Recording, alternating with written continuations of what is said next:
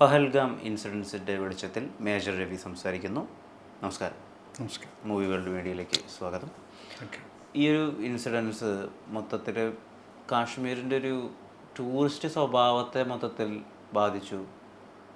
അതിനങ്ങനെ വേണ്ട മനസ്സിലാക്കാൻ 100%. കാരണം അതാണ് അവരുടെ എയിം എന്ന് പറയുന്നത്.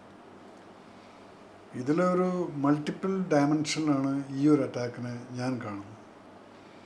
ബിക്കോസ് ഇത് വെറൊരു അറ്റാക്ക് ചെയ്തിട്ട് അങ്ങ് പോവുക, ഓടിപ്പോവുക, എന്നിട്ട് അവർ പോയി ക്ലെയിം ചെയ്യുക ഈ അറ്റാക്ക് ചെയ്തത് ഞങ്ങളാണ് എന്നുള്ളതല്ല ഈ ഒരു അറ്റാക്കിൻ്റെ ഉദ്ദേശമാണ്. ഇതിനകത്ത് വളരെ നിരപരാധികളായിട്ടുള്ള വ്യക്തികൾ, അതും കാശ്മീരികളല്ലാത്തവർ, ഈവൻ ഫോറിനേഴ്സിനെ അടക്കം കൊന്നിട്ട് ഇൻ്റർനാഷണൽ ന്യൂസ് അടക്കം അവർ പിടിച്ചു പറ്റിയിപ്പോൾ. കാരണം ഇങ്ങോട്ട് നിങ്ങൾ ടൂറിസത്തിനായിട്ട് ഇനി അങ്ങോട്ട് പോകല്ലേ, ഇതാണ് ഇൻഡയറക്റ്റ്ലി കൊടുക്കുന്നൊരു മെസ്സേജ്. പെഹൽഗാം പോലെയുള്ളൊരു സ്ഥലത്ത്, അതുപോലെ തന്നെ അവിടുത്തെ മെയിൻ സ്പോട്ടുകളെന്ന് പറയുന്നത് പെഹൽഗാം, അല്ലെങ്കിൽ ഉള്ളാർ ലേക്ക്, സോൺമർഗ്, ഗുൽമർഗ്, ഇങ്ങനെയൊക്കെയുള്ള സ്ഥലങ്ങളിലാണ് ഈ ടൂറിസത്തിൻ്റെ ഒരു ഹബ്ബ് എന്ന് പറയുന്നത്. പിന്നെ ഡൽ ലേക്കും ശ്രീനഗറൊക്കെ അതങ്ങോട്ടേക്കും, അത് ഹാർട്ട് ഓഫ് ദ ടൗൺ.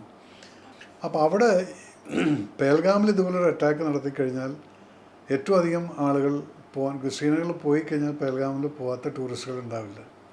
കാരണം അവർക്ക് കാണണം അത് ഈ അമർനാഥ് യാത്രയ്ക്ക് പോകുന്നത് എവിടെ നിന്നാണ്, അതിൻ്റെ ബേസ് എവിടെയാണ്, പിന്നെ മാക്സിമം ടൈം അവിടെ സ്നോ കാണാൻ സാധിക്കും.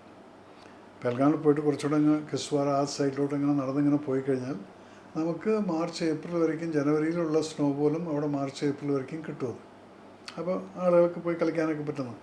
അപ്പോൾ അതുകൊണ്ട് Pahalgam is A most attracted place for this. പണ്ടത്തെ നിങ്ങളുടെ ഹിന്ദി സിനിമകളിൽ ഒരു പാട്ടെങ്കിലും അവിടെ ചെയ്യാത്തതില്ല, രാജ് കപൂറിൻ്റെയൊക്കെ ടൈമിലുണ്ടായിരുന്നു. അപ്പം അങ്ങനെയുള്ളൊരു സ്ഥലത്ത് ഇതുപോലൊരു അറ്റാക്ക് നടത്താമെന്ന് പറഞ്ഞാൽ അവിടുത്തെ ടൂറിസത്തിനെ ഹാം ചെയ്യും. ഇവിടെ നിങ്ങൾ ടൂറിസത്തിന് ഇങ്ങനെ ഫ്രീ ആയിട്ട് വരില്ല. അതിൻ്റെ അർത്ഥം എന്താണ്? ഇന്ന് കാശ്മീരീസ് ആർ വെരി ഹാപ്പി. ഇന്നിപ്പോൾ നിങ്ങൾ കണ്ടു കാണുമായിരിക്കും, അവിടെ ഇന്ത്യൻ നാഷണൽ ഫ്ലാഗും എടുത്തുകൊണ്ടാണ് കാശ്മീരി ജനത റോഡിലേക്ക് ഇറങ്ങിയിരിക്കുന്നത്. വന്ദേ മാതരം എന്നും പറഞ്ഞുകൊണ്ട് ഈ അറ്റാക്കിനെ കണ്ടം ചെയ്തിട്ട്. നിങ്ങൾക്കത് ഇമാജിൻ ചെയ്യാൻ പറ്റുമായിരുന്നു ഒരു 3 വർഷം മുന്നേ? 370 ആർട്ടിക്കിൾ എടുത്തു കളഞ്ഞതിന് ശേഷമല്ലേ അവർക്ക് മനസ്സിലായത് എന്താണ് ആക്ച്വൽ ലൈഫ് എന്നുള്ളത്. അതുവരയ്ക്ക് ഇവർ മുഫ്തി മുഹമ്മദിൻ്റെ ഫാമിലിയുടെയും അതുപോലെ തന്നെ സൈദിയുടെ മെഹബൂബ സൈദിയുടെ ഫാമിലിയുടെയും കുത്തകയിലിരുന്നിരുന്ന കാശ്മീരാണ്. ആ കാശ്മീരിനെയാണ് പുറത്ത് കൊണ്ടുവന്നത്. അത് മോദി ഗവൺമെൻറ് ജനങ്ങൾക്ക് സമർപ്പിച്ചു. ജനങ്ങൾക്ക് സമർപ്പിക്കുക എന്ന് പറഞ്ഞാൽ, മക്കളെ ഇതാണ് കാശ്മീർ, ഇതാണ് നിങ്ങളുടെ കാശ്മീർ.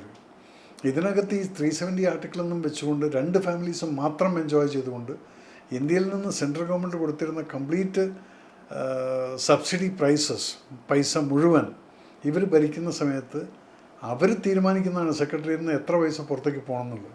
അതുകൊണ്ട് എന്താ ഉണ്ടായത്? Kashmir never got developed. അവിടെ റോഡുകളില്ലായിരുന്നു, വെള്ളത്തിൻ്റെ പൈപ്പുകളില്ലായിരുന്നു, ഇലക്ട്രിസിറ്റി ഇല്ലായിരുന്നു. അപ്പം മലമുകളിലൊക്കെ ഉള്ളവർ അവരൊക്കെ കഷ്ടപ്പെട്ട ജീവിതം തന്നെയായിരുന്നു. ഒരു ബൈക്ക് പോലും കൊണ്ടുപോകാൻ പറ്റാത്ത അവസ്ഥയാണ് അവിടെ. അങ്ങനെയുള്ള കാശ്മീരിനെയാണ് ഇപ്പം റീസെൻ്റ്ലി കഴിഞ്ഞൊരു 10 വർഷത്തിനകത്ത് മാറ്റിയെടുത്തത്.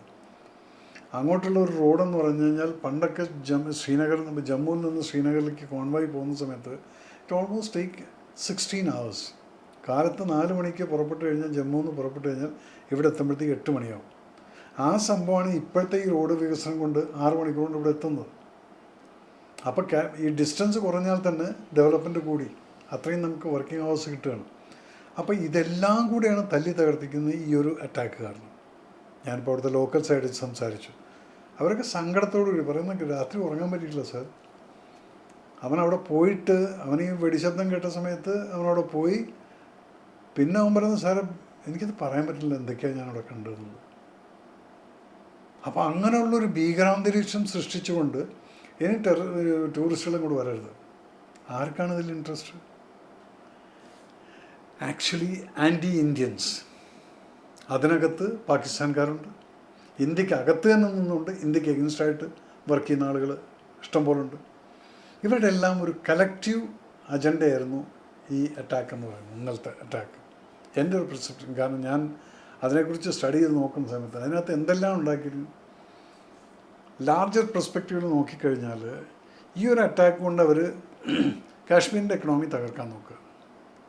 ടൂറിസം സ്റ്റോപ്പായി കഴിഞ്ഞ 2 വർഷം അവിടുത്തെ ലോക്കൽ ജനത ഉണ്ടാക്കിയെടുത്തിരിക്കുന്ന പണവും സമ്പത്തും അവരുടെ ബിസിനസ്സുകളും അതെല്ലാം അങ്ങ് തകർക്കാൻ സാധിക്കും. ടൂറിസ്റ്റുകൾ ഇപ്പോൾ സീസൺ വരാൻ പോകണം. ഈ സമ്മർ സീസൺ ആകുമ്പോഴത്തേക്ക് അവിടെ അങ്ങ് നിറയും. ഫ്ലവേഴ്സിൻ്റെ സീസണായി, ട്യൂലിപ്പിൻ്റെ സീസണായി, അതുപോലെ തന്നെ സാഫ്രൻ്റെ സീസൺ, ഇതെല്ലാം വരുന്ന സമയത്ത് ടൂറിസ്റ്റുകൾ ഇങ്ങനെ കുമിഞ്ഞു കൂടോടെ ലക്ഷക്കണക്കിന്. കഴിഞ്ഞ വർഷം അത് കോടിക്കണക്കിനായിരുന്നു, 2.5 കോടികളുണ്ടായിരുന്നു.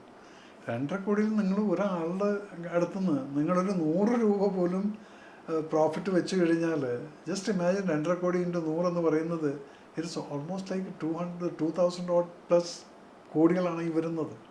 ഇതൊക്കെ അവിടെ കാശ്മീരിലെ ജനങ്ങൾക്കാണ് ഈ പോകുന്നത്. അതാണ് ഇപ്പം ജനങ്ങൾ പുറത്തിറങ്ങിയിരിക്കുന്നത് ഇന്ത്യൻ നാഷണൽ ഫ്ലാഗ് എടുത്തുകൊണ്ട്. ബിക്കോസ് ദേ റിയലൈസ് ഈ മിലിറ്റൻസി അവരുടെ ജീവിതം മുഴുവൻ തകർത്ത് കഴിഞ്ഞിരുന്നു ഇത്രയും വർഷങ്ങളോളം.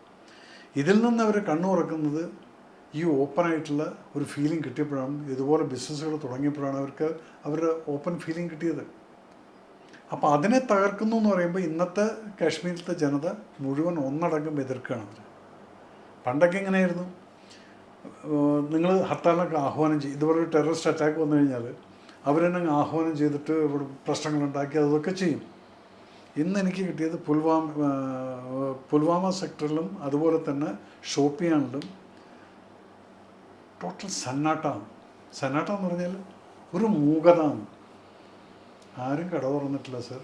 അവൻ പറയുന്നത് എങ്ങനെയാണ്, എല്ലാം ഇങ്ങനെ ഇരിക്കുന്നു മൂകരായിട്ട്, എന്ത് പറയണമെന്ന് അറിയാതെ ഇരിക്കുകയാണെന്ന്. ഒരിക്കലും ലോക്കൽസ് ഇങ്ങനെ ഇരിക്കില്ല. ഒരു അറ്റാക്ക് വന്നു കഴിഞ്ഞാൽ അവർ പിറ്റേ ദിവസം തൊട്ട് പണിയെടുക്കുക. അവർക്ക് ഇഷ്ടമായിരുന്നു അന്നൊക്കെ. അന്ന് മിലിറ്റൻസി അവരും മിലിറ്റൻസിനെ സപ്പോർട്ട് ചെയ്തിരുന്നു. ഇന്ന് സപ്പോർട്ടില്ലാതെയാണ് ഇവർ കടടച്ചിട്ട് അവർക്ക് എഗൻസ്റ്റ് ആയിട്ടാണ് വർക്ക് ചെയ്തിരിക്കുന്നത്. അത് തന്നെ വലിയൊരു സൈനാണ്. ആ സൈൻ ആണ് ഇവർ തകർക്കാൻ ആഗ്രഹിച്ചതും. അത് എത്രത്തോളം ബലവത്താവുമെന്നുള്ളത് നമുക്ക് കണ്ടറിയാം. കാരണം ഇന്ന് കാശ്മീരി ജനത അവരുടെ കൂടെയല്ല. അങ്ങനെ വരുന്ന സമയത്ത് ഡെഫിനറ്റായിട്ടും they will be the fighters. അവർ തരും നമുക്ക് ഇൻഫർമേഷൻ, അവർ തരും നമുക്ക് ഇൻ്റലിജൻസ്. അപ്പോൾ യുവന്മാരുടെ മൂവ്മെൻറ്റ്സിനെ കട്ട് ചെയ്യും. ഇന്ന് അവർ നമ്മളെ പേടിപ്പിക്കാനാണ് ചെയ്തതെങ്കിലും ഇത് കാശ്മീരിനോട് ചെയ്തിട്ടുള്ളൊരു അറ്റാക്കല്ല, ഇത് ഇന്ത്യയോട് ചെയ്തിട്ടുള്ളൊരു അറ്റാക്കാണ്. അത് നമ്മൾ വെറും പേൽഗാമിൽ കണ്ടു എന്ന് മാത്രമേ ഉള്ളൂ. ഓവറോൾ അവരുടെ ആഗ്രഹം എന്തായിരുന്നു, ഇവിടെ ഹിന്ദു മുസ്ലിം റിഫ്റ്റ് ഉണ്ടാക്കുക, റൈറ്റ്സ് ഉണ്ടാക്കിക്കുക. കാരണം അവിടെ കാണിച്ചിട്ടുള്ളത് നിങ്ങൾ കേട്ട് കാണില്ല, എല്ലാം ഹിന്ദു ആണോ മുസ്ലിം ആണോ എന്നൊക്കെ ചോദിച്ചു. അപ്പോൾ അതിൻ്റെ ഉദ്ദേശം എന്തായിരുന്നു, ടോട്ടൽ ഓൾ ഓവർ ഇന്ത്യയിൽ ഇതിൻ്റെ പേരിൽ ഒരു മാനസികമായിട്ട് ഈ 2 പാർട്ടിക്കാർക്കും മനസ്സിനകത്ത് വിദ്വേഷവും അതുപോലെ തന്നെ ഒരു പേടിയും. ഒരു മുസ്ലിമാണ് ടെററിസ്റ്റാണ് അവിടെ ചെയ്തിരിക്കുന്നത്, നീ ഹിന്ദു ആണോ എന്ന് ചോദിച്ചിട്ട് അവനെ വെടിവെച്ച് വന്നു. ഇതിൻ്റെ റിപ്രിക്കഷൻ്റെ അലകൾ അടിക്കുന്നത് ഫുൾ ഓൾ ഓവർ ഇന്ത്യയിലാണ്.